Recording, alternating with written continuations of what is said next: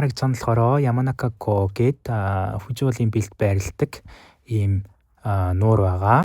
Яг энэ чинээс болохоор Фужиол үнэхээр үзэсгэлэнтэй сайхан харагддаг. За тэгээ бид нэр энэ Яманакакогоос хөдлөөд дараагийн үзэсгэлэнтэй газар руугаа явж гин.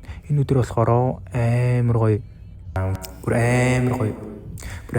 цэлмэг өдөр байсан. Тэр гайхалтай. Яг бид нэр зориулсан юм шиг. За тэгээ дараагийн очисон газар маань Ошинохакай Кагамике.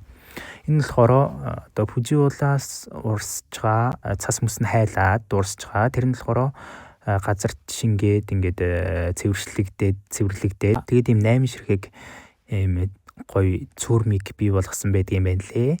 За энэ нь болохоор яг л ийм тойл шиг тунгалаг өөрийгөө толдмоор ийм гоё цүрэн байдаг.